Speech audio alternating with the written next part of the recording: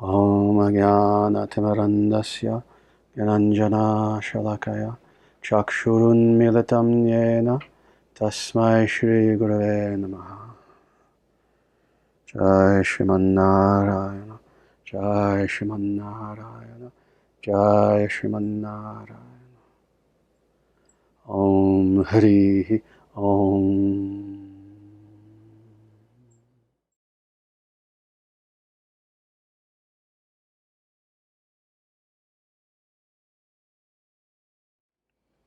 Thank you for participating in this class. I was telling people here in Omaha, just very briefly, the significance of this class. There are many, many Vedic scriptures. We do not lack scriptures. If you're a reader, which I am, there's no lack of important sacred texts to read and to study and to learn from.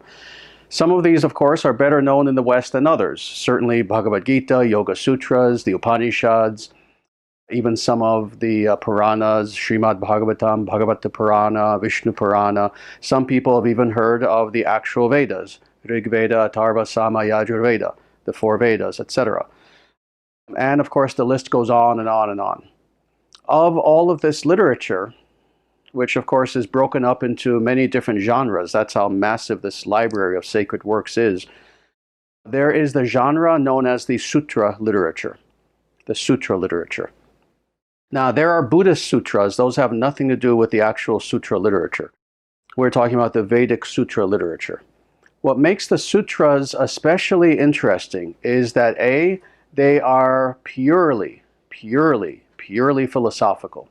So if a person does not have a philosophical bent of mind, truthfully, you shouldn't even bother with the sutras because you won't understand them. And then on top of that, even if you do have a philosophical frame of mind, even then, most likely you won't understand them without the benefit of a guru. And they are designed that way. This is how they are created, with the idea that you are not meant to just kind of go to a bookstore, buy one of these sutras, go back to the privacy of your home, sit there and just kind of read under a lamp. That's not how these books are designed. Unless you have an individual who is an expert on these sutras, you will read them and you'll get something. You'll definitely catch some wonderful wisdom that's there. However, to fully unpack the essence of what is being said in every verse is an impossibility without a living master who was there and who knows those verses perfectly, and more, who knows the inner tradition. See, when we speak about tradition, when we speak about a parampara, a succession, a lineage, etc., there are layers even of tradition. There's the external tradition, that is, you could almost say, to use an academic phrase, the material culture, that is the actual books themselves, etc. There's that layer, that's the external layer. What is the internal layer of a tradition is that knowledge that is passed down orally, that is passed down mystically, that is passed down meditationally. That information, that knowledge, that jnana, that cannot be derived merely from a book, merely from reading, but because it itself is something living, has to be carried down from a living being in whom that truth is alive, then to another living being. That is the more esoteric aspect of knowledge as that knowledge is passed down. This sutra literature, these books, are designed precisely in this way, that the emphasis is on this living esoteric tradition. That's why simply reading the books is not enough. You need a living master. So, that being said, every philosophical school has its book, its sutra. Thus, there is the Nyaya Sutra, the sutra of the school of logic. There is Sankhya Sutra. There is the Brahma Sutra, what sometimes is called Vedanta Sutra. That is the sutra that goes with the school of Vedanta, etc., etc. There is, of course, the Yoga Sutra. In the Bhakti school, there are two sutras, two books that are known. One is Narada Bhakti Sutra. The other is Shandilya Bhakti Sutra. These are the two books. Of the two, by far, the book that we will be looking at, Narada Bhakti Sutra, is the most important. Now, why is this the case? Both were written by rishis. Both were written by liberated beings. What do we mean by a liberated being? It means a person for whom, when that person speaks, what is emanating from that individual's mouth is perfect. And I'm using that word very specifically, a word we don't really hear anymore. Perfect. That's a rishi. A rishi is an individual who has liberated themselves, meaning that they no longer have any material consideration whatsoever. The only reason why physically they are still even on this planet is as a courtesy to us. How's that? Otherwise, they're liberated. They don't need to be here. They are here as a courtesy to us. These are the beings who we are referring to when we say this word, rishi. So, both Narada and Shandilya were rishis. They were both liberated beings. However, they're not equal. It's understood by everyone that Narada is one of, if not the greatest of rishis. I'm going a little deep into this because honestly, I'm just having fun with this a little bit right now. When we speak about a collectivity of rishis, of liberated beings, would it not be the case that they would all be equal? You would think so. Liberation is liberation, isn't it? But no. No. Even upon liberation, there's still this sense of differentiation, even among liberated beings, amongst themselves. Thus, if, for example, you were to have several liberated beings, several rishis in this room, and let's say one of them was Narada, and the other was Shandilya, and another one was Vyasa. Okay? Shandilya and Vyasa would fall at the feet of Narada and ask for his blessings. Not the other way around. But they're all liberated beings. Why is this the case? Upon liberation, what occurs is not monotony. What occurs is the full fruition of what? Personality. Pure personality. Spiritual personality. Such that differentiation can still be seen between individuals, but it's spiritual differentiation. You see, why is it that other rishis would offer their obeisances to Narada? Because he's handsomer? Because he has more money? None of them really have a lot of money, but they have all the wealth in the world. Real wealth within. Is it because, well, he's more famous? No. Why is it that other rishis would offer their obeisances to Narada? It's because they're all different, and they understand that Narada is different from them. Number one, he is their guru, and that never changes even upon liberation, because you see, that relationship itself is spiritual. If a person has the idea that the guru-shishya relationship is something material that you simply use as a raft to get to the other side, and then you throw that relationship away, that person never understood the nature of the guru. Even upon liberation, the disciples offer their obeisances to the guru. And I can give you 100 stories to illustrate this. So Narada, let's speak now of Narada. Who is Narada? And I won't go very deeply because a few years ago I gave an hour-long talk just about Narada alone. Narada is, again, one of, if not the greatest of rishis.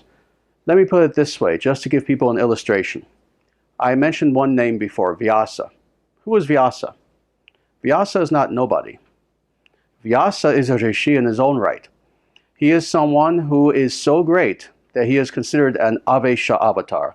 He is an incarnation of the grace of God. He is a human being who is so empowered by God that when you're in his presence, you might as well just think, I am in the presence of God. Even though he's human. That's how great Vyasa is. Vyasa compiled the Vedas.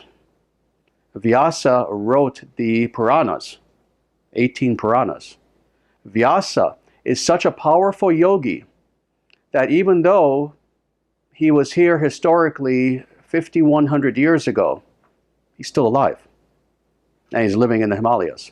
That's how powerful he is. He doesn't die. And yet Vyasa considers Narada his guru. How's that? That's who Narada is. Narada is indeed one of the freest beings conceivable. One thing among many things that he's known for is, for example, the ability to, at the speed of mind, it is explained, at the speed of mind, he can transport himself anywhere within the material or spiritual realms. Not even just the material realms. He literally can be here upon the earth speaking to some of his disciples, and he still comes here to this day. He can be here upon the earth speaking to some of his disciples, and quite literally just think of Brahmaloka, the highest realm within the material world. He's there.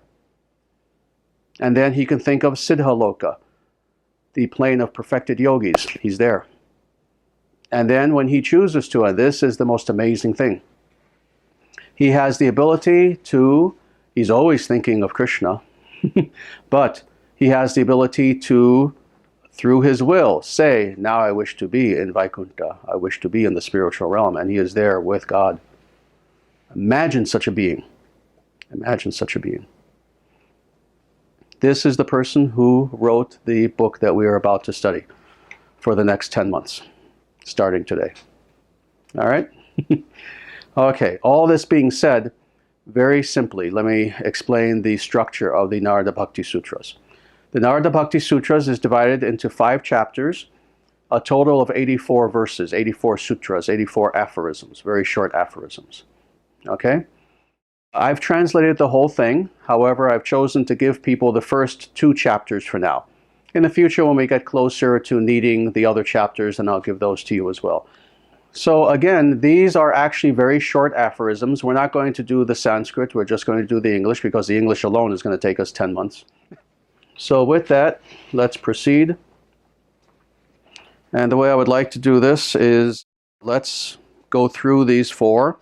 Once I'm finished with the commentary, then we'll have a little bit of time for questions and answers. Very nice. All right, so with that, let us proceed. Chapter 1, verse 1. Now, then, we shall expound upon the nature of bhakti, of devotional consciousness. Let's stop there. First of all, you'll see throughout this text, with my translation specifically, the way that I translate the word bhakti is different from how anyone else translates it. Often it will be translated as devotion, sometimes devotional service, sometimes love, which it is not. There's a different word for love, that's prema. Several other words. The way that I've chosen to describe this is as devotional consciousness. And this is the reason why. And I'll talk about this very briefly right now. Unfortunately, in modernity, really you can't say the West, because this is true in India as well, unfortunately. In modernity, the full and proper understanding of Sanskrit words is very, very lax. And I guess you could say especially in the West, that's the case. A lot of these words, unfortunately, when they're translated incorrectly, or the understanding of the translation is incorrect. Bhakti is one of these terms. If you read any books, especially by contemporary authors, meaning the last 50, 100 years or so, again, when they talk about bhakti, they will sometimes, which I consider anathema, they will try to explain it as emotion. This is not what bhakti is. This is not what devotion or devotional consciousness is. It's not emotion. Emotion and bhakti have absolutely nothing to do with each other. And it's been very frustrating for me over the decades. I'll read some even very good authors. He'll literally say in a few of his books, oh, bhakti yoga is the yoga of emotion. If you tend to be a somewhat emotional person, then bhakti yoga is the yoga for you. No. What that shows is an absolute lack of understanding of what the term bhakti means.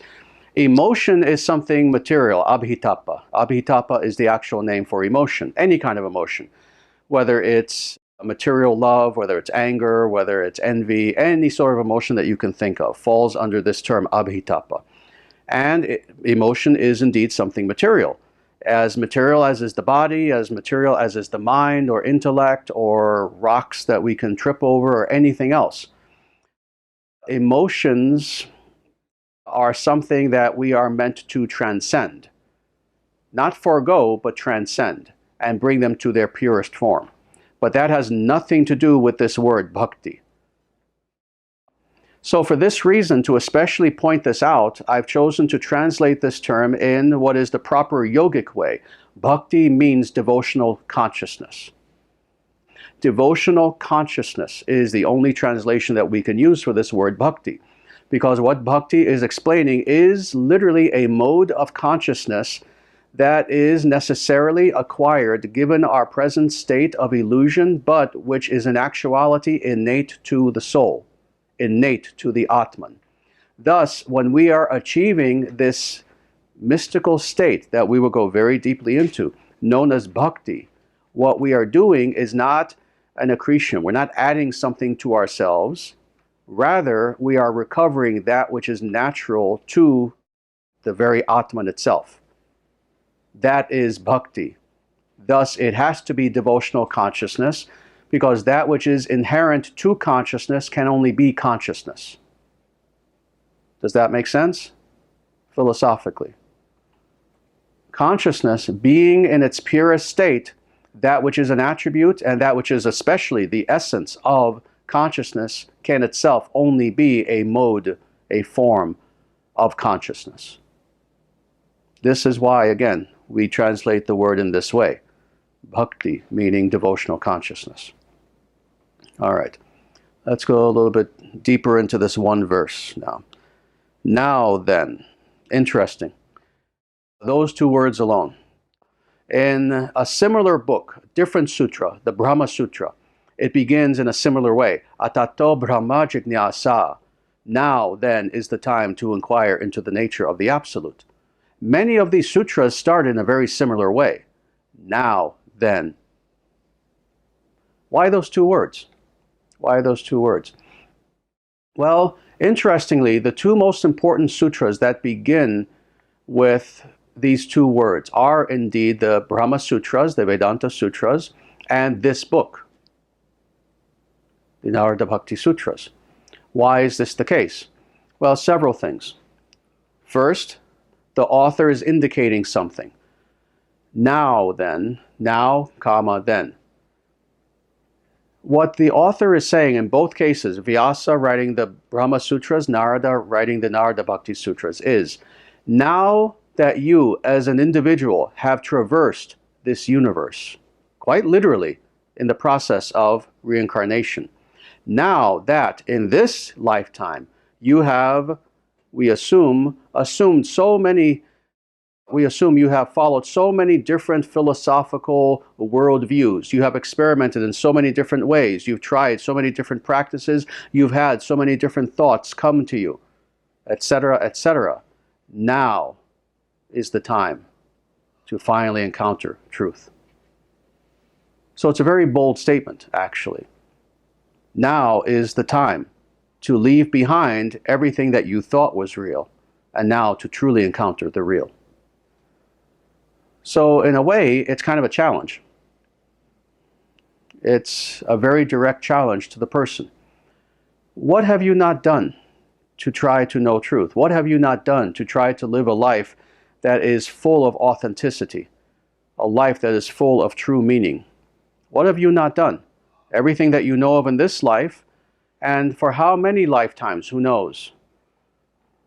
And obviously, you still have not found that ultimate. Why? You're still here, and you're still searching.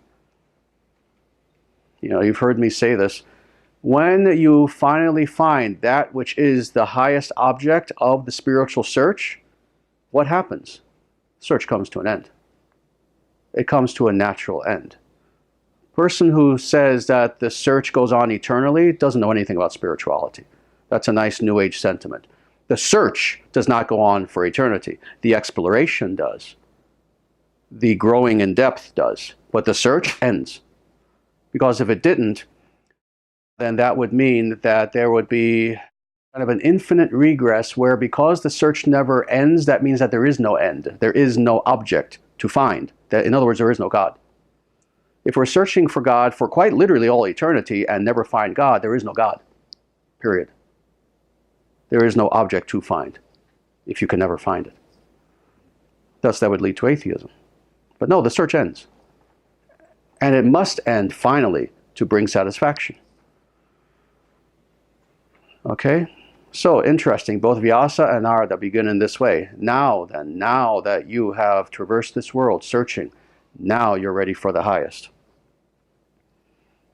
All right. And we shall expound upon the nature of devotional consciousness. That's pretty self-explanatory. Now, let's go on to verse 2, Sutra 2. Devotional consciousness, bhakti, is rupam, is of the form of the highest pure love for God. All right? Now, again, an individual simply quickly reading this line will not understand precisely what is being spoken of here. Because doesn't this seem like a pretty straightforward verse? Yeah, let me read it again, just quickly. Bhakti, what is bhakti? Bhakti is of the form of the highest pure love for God. Who can't understand that? That's understandable, no? It's plain English. No big words in there, nothing, no, tremendous concepts that are difficult to understand. And yet, probably the vast majority, probably 999 out of 1,000 people who read this would get it wrong, would misunderstand what it's saying, as plain as it seems. So let's go into this. I have an advantage. I know the Sanskrit for this verse, but that it doesn't matter. Even in English, we can unpack this in an interesting way. First of all, bhakti is of the form of the highest pure love for God.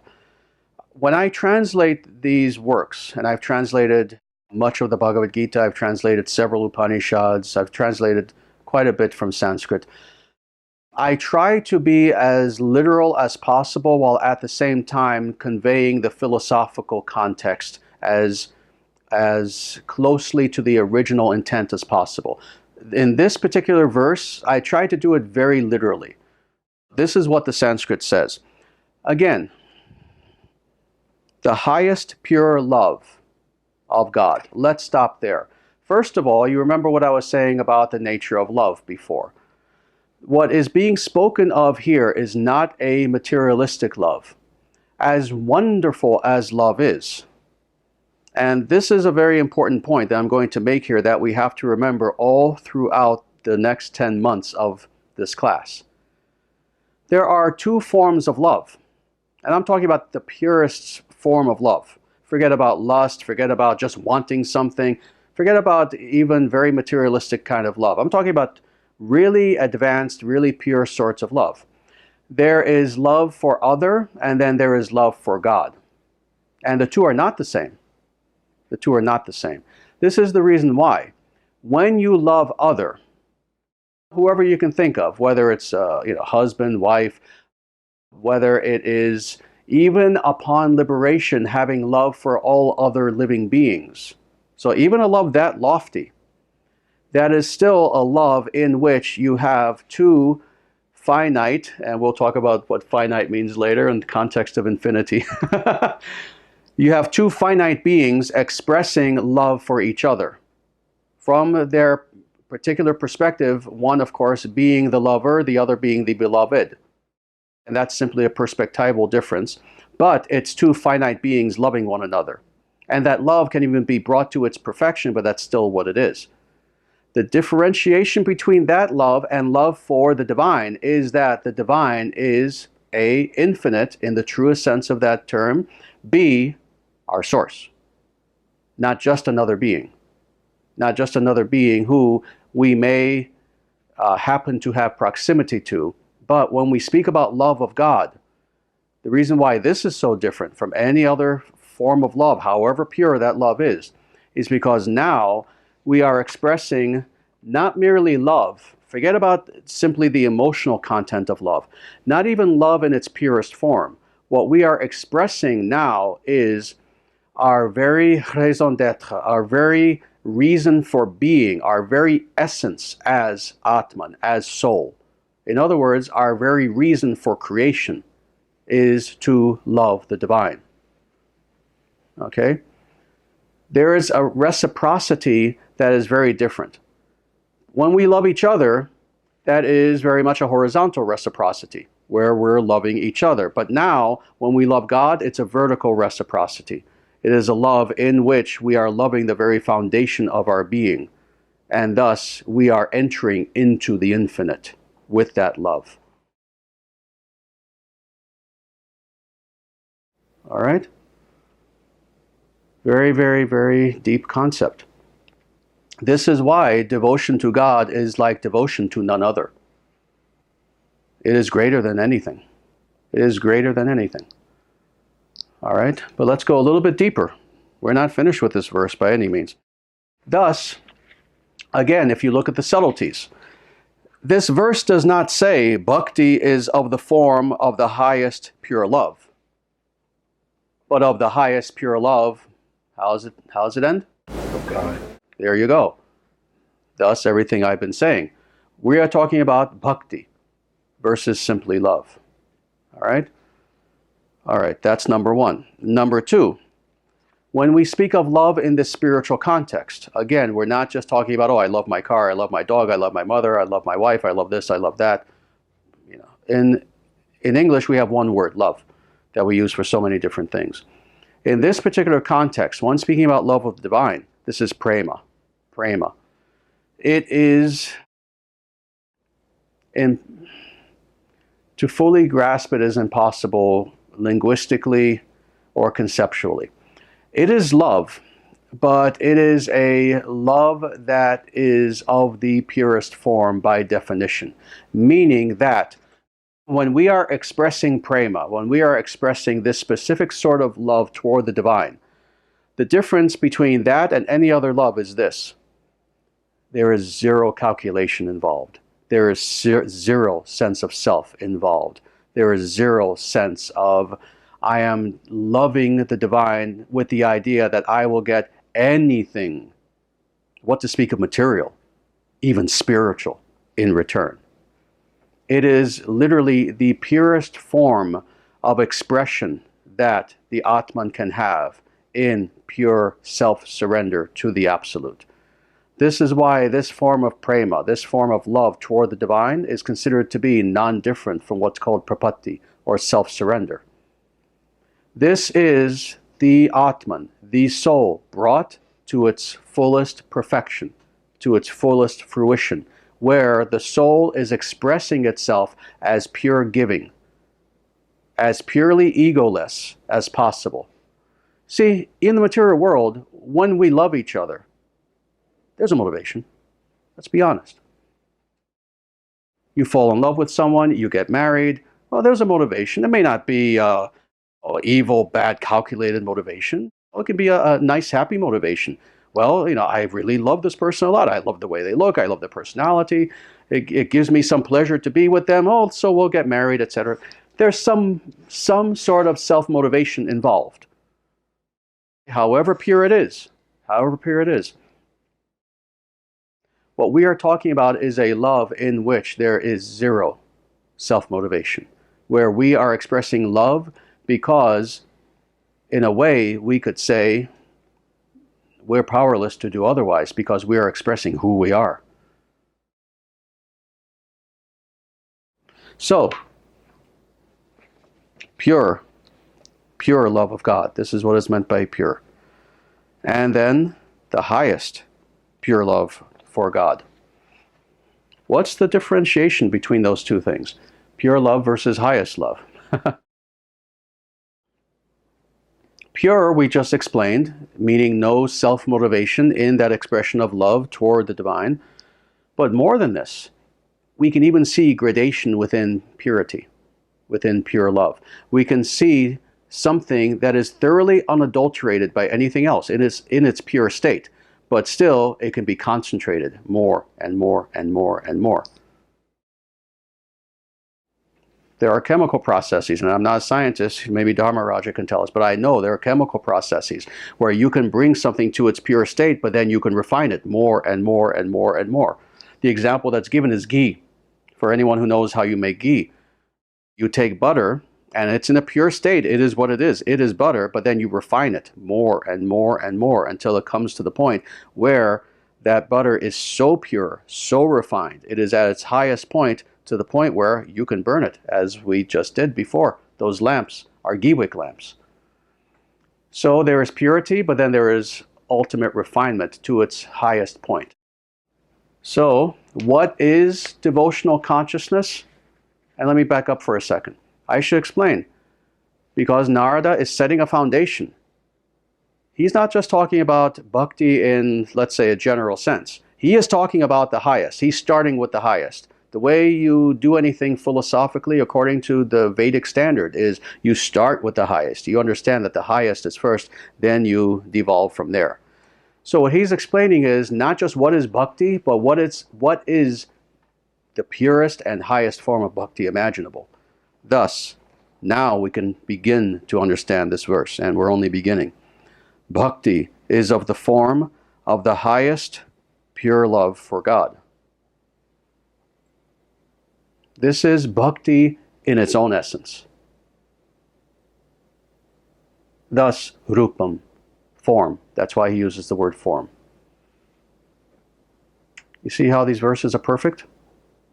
And they're economical. That's why they're short. Each word is full of infinite meaning and is there for a reason. Placed exactly where it is for a reason. Not just that the author thought, oh, let me find a word that'll rhyme with this word. No. It's not poetry, it's philosophy. So, very nice. Is this deep enough for people? And you need to trust me. We can talk about this one verse for 5 more hours. Trust me. But we won't. Let's go deeper. Let's go into verse 3. And. Okay, and the verse does begin with and. And devotional consciousness has the blissful nectar of liberation as its essence. Let me read this one more time to everyone. And devotional consciousness has the blissful nectar of liberation as its essence. All right. To fully understand this verse, first let me say you understand what I just said just like 2 minutes ago about this previous verse, about verse 2. What is Narada doing? He's starting with the highest and now devolving. Now he's talking about a secondary aspect of bhakti. Okay, so with verse 2, he's describing bhakti in its purest essence, as deep and as high and as rigorous an understanding as you can have of what is the nature of bhakti, as bhakti is fully expressed as it can be fully expressed by any living being. Okay, that was verse 2. Now he's talking about a different aspect of bhakti that is, I don't want to say of less importance, but in a way, yes, in a way. So, now, with that understanding, and devotional consciousness has the blissful nectar of liberation as its essence. Now, he's talking about bhakti not in and of itself, but as bhakti is expressed and experienced by the individual being. You see that difference? It's kind of like I can talk about love in the abstract, or I can talk about how love applies to you. You see? So with verse 2, he's talking about bhakti in its highest abstract, highest philosophical abstract. Now he's talking about bhakti as it relates to us, and as we experience bhakti. As we experience bhakti as the experiencer. Because you'll see if you read this verse again, what is he talking about? The experience of bhakti on the part of the Atman. To see that, again, let's look at this again. Bhakti has the blissful nectar. Let's stop there. The blissful nectar. Anandamritam.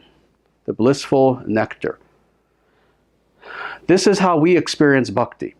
Bhakti has its own form, its own rupa, as we saw. But now, as we experience bhakti, how do we experience that bhakti?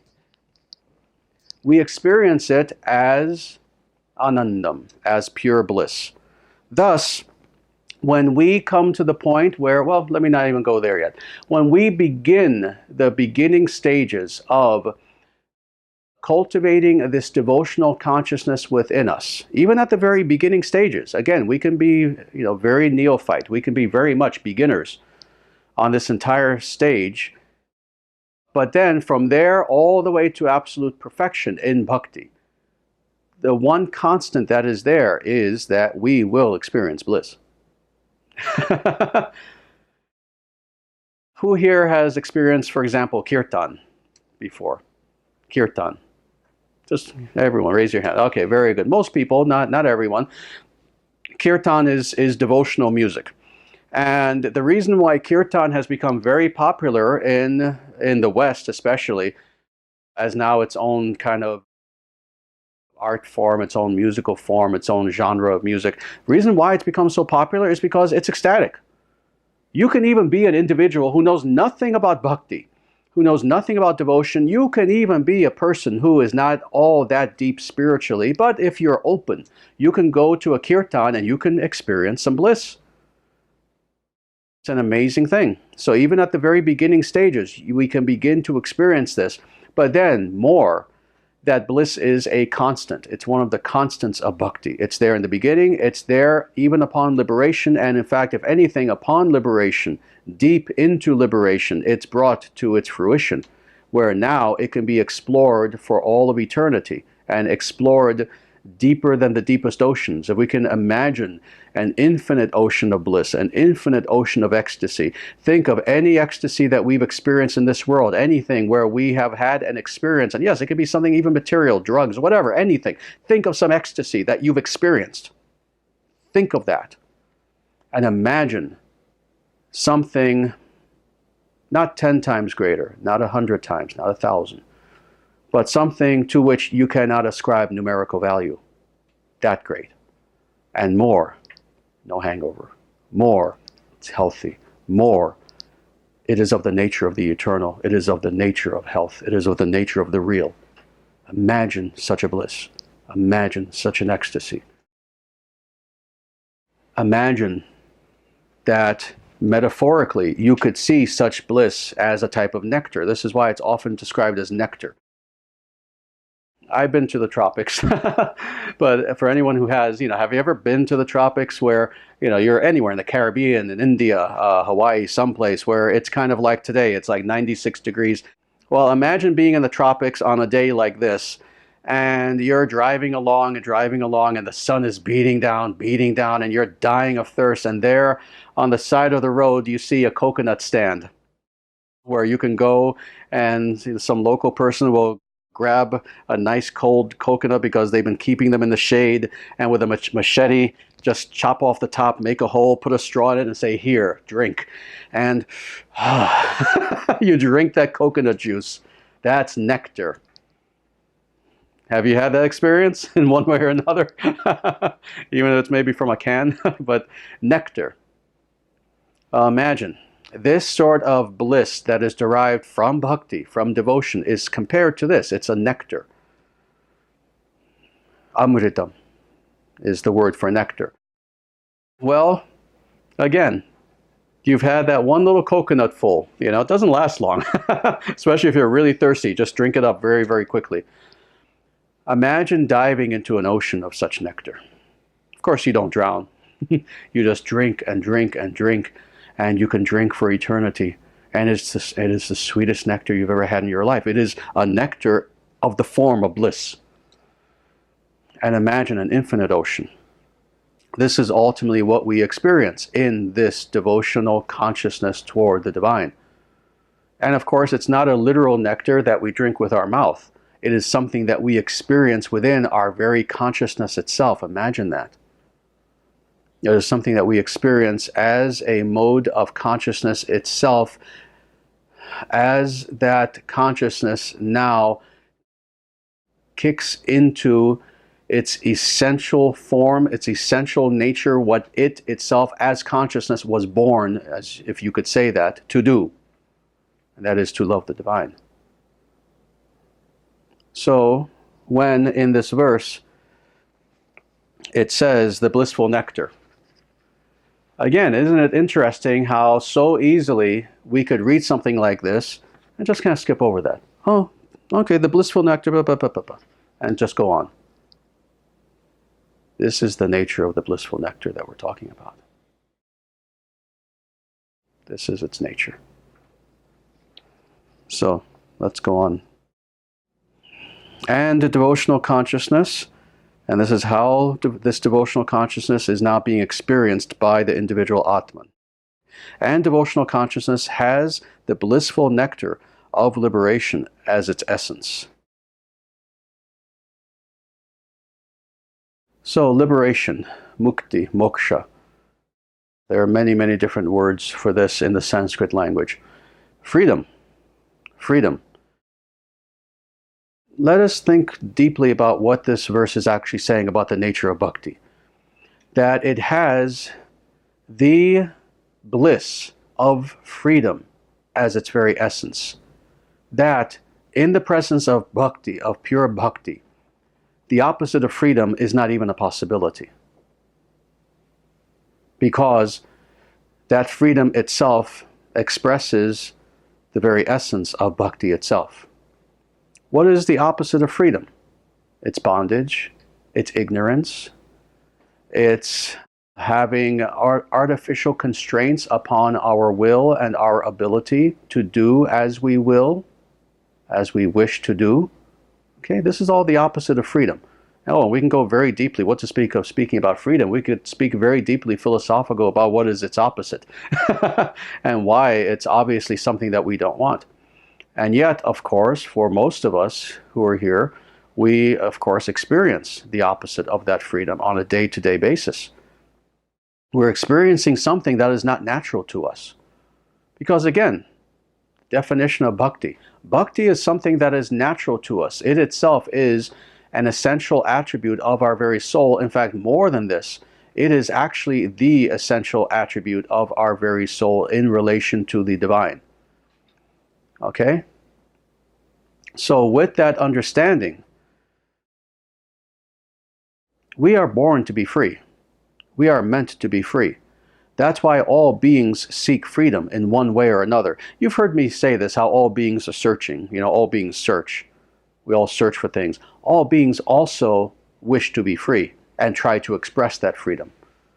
That's why from human beings all the way down to animals, all the way down to plants, all the way down to the insects, and then all the way up to the gods, we all try to express our freedom, even if we find ourselves materially in such situations where we are very constrained. Let's say you're born in a very oppressive society and you're in poverty, etc., etc., etc. Still, with what little you have, you will try to express your freedom. Even if you have nothing.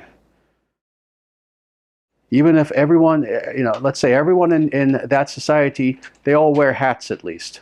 You know, that's like the only thing you can afford in addition to just basic clothing. Well, in your society, you can all afford hats.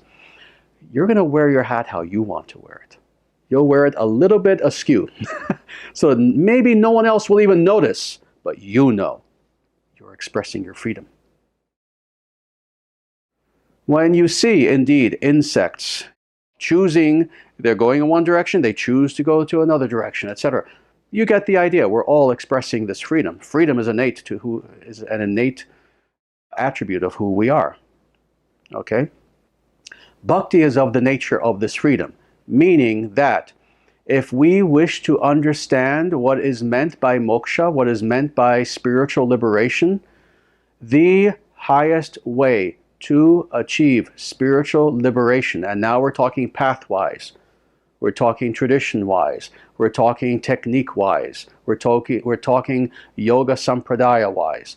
The greatest way to achieve liberation is through bhakti. Specifically through bhakti yoga. Why? Because freedom itself is non-different from bhakti, and bhakti is non-different from freedom. You cannot say this about anything else in existence, even spiritual existence.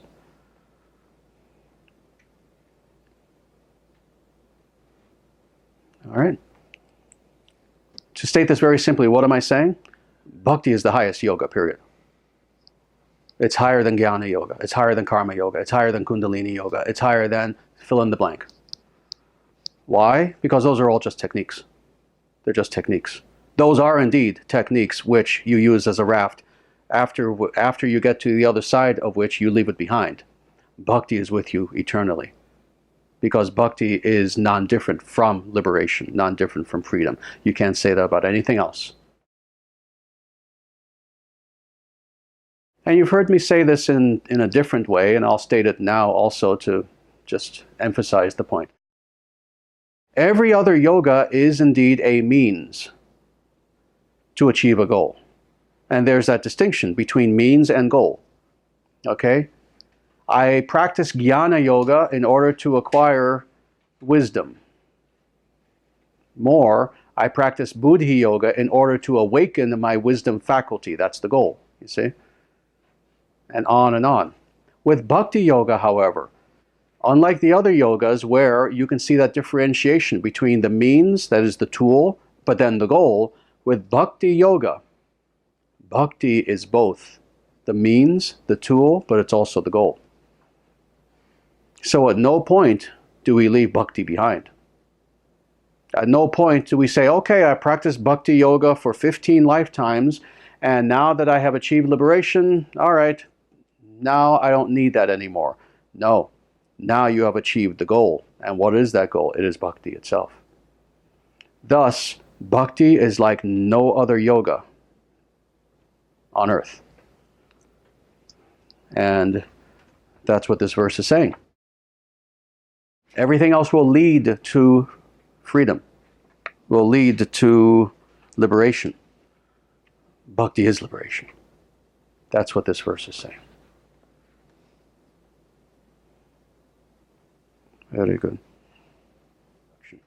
But with that, again, any questions about anything we discussed so far?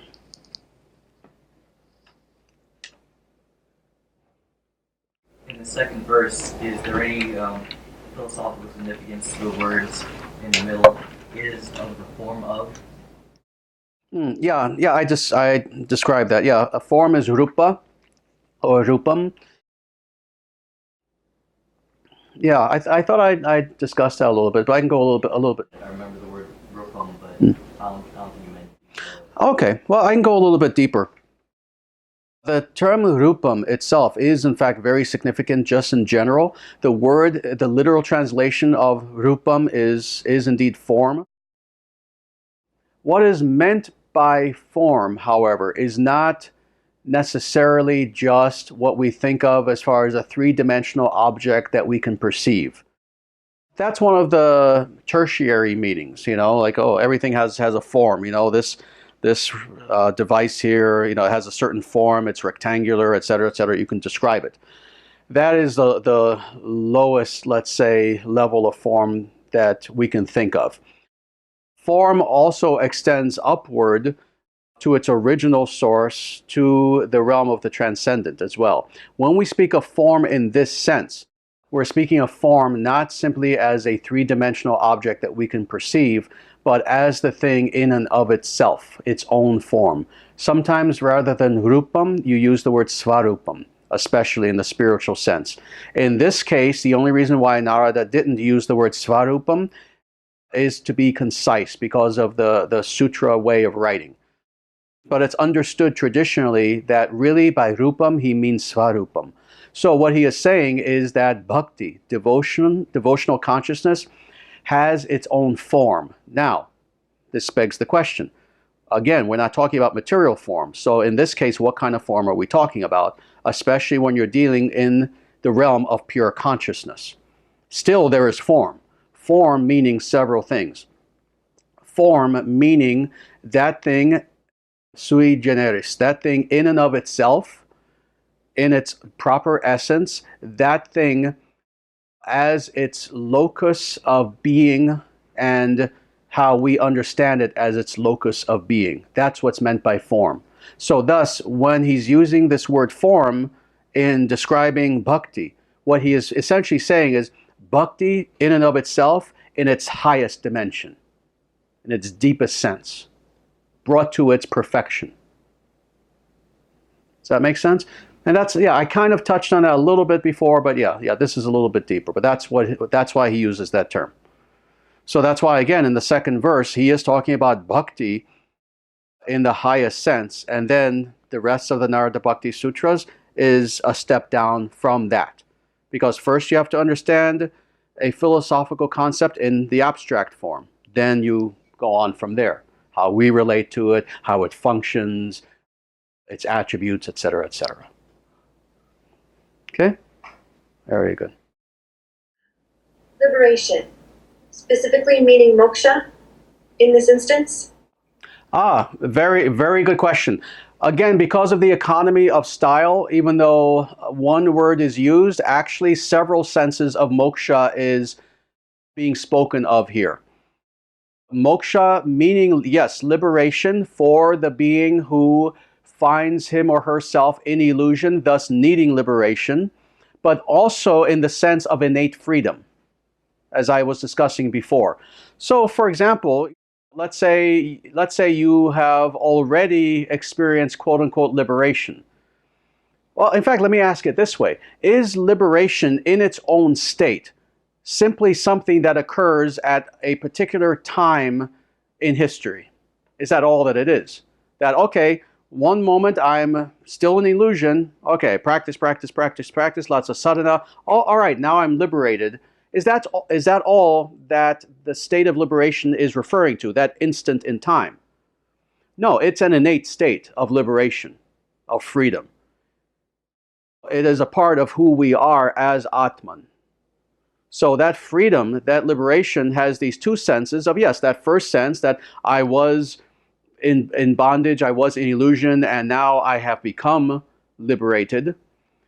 But it also has this deeper sense of freedom, liberation, meaning having full ability to access, understand, experience, and express myself as pure Atman. That's freedom. That is innate. That is a part of who we are. It's an important distinction. And in this case, Narada is speaking of both. He's speaking of both. And again, the only way that you know this is subtextually. The only way that you know this is if it's revealed to you. You know, because again, you look at the Sanskrit and very short verses. In some cases, it'll be 4 words, 5 words. And the way that you know the deeper essence of this is because it's revealed to you through parampara. Yeah. Does that answer your question? Very good. All right. Any other questions? Please. Is devotion the result of the bliss we feel in meditation, or does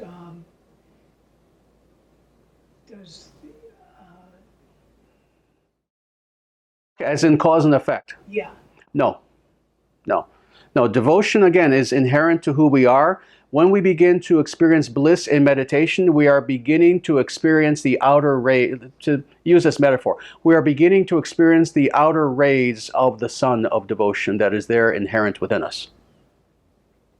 That's what we are experiencing in the bliss of meditation. And this is what's interesting. Even if we're not practicing bhakti yoga per se, even, let's say, if you are a pure Advaitin and you have no interest in devotional consciousness whatsoever, what your philosophical stance is has no effect upon who you are inherently. And part of who we are inherently in our soul is devotional beings. Devotional consciousness is a part of who we are. Thus, whatever sort of meditation you practice, when you begin to experience that innate bliss that is there within, you're experiencing bhakti, whether you acknowledge that outwardly or not. Does that make sense? Yeah, I'm still processing it. But if you say the name of God enough, maybe you can break through to devotional consciousness. Good question. First, let me talk about the first aspect. How is it that it works? Very simply, upasana. The way that meditating upon the names of God works in, let's say, awakening bhakti is through proximity. What we are doing when we are reciting the names of God is bringing the very object of that devotional consciousness closer to us. Not geographically, but we are now becoming more aware of that which is the natural object of devotion. Thus, devotion naturally stirs and naturally begins to become awakened. Does that make sense? It's thus that upasana, that proximity to the object of our devotion, when we are more and more aware of it, and especially through meditation, which is the most powerful means, naturally that inherent bhakti, that natural bhakti that is there within us begins to stir, because now it's closer to its object. It's kind of like the magnet and a piece of metal. God is that piece of metal, and in the form of meditation, of course, through mantra, and that bhakti within us, that's the magnet. And you keep the metal far away, and it's like, the magnet's there. It could do something, but now you bring the metal closer. Now that bhakti begins to stir, and now you are drawn toward God. That's why we do mantra meditation.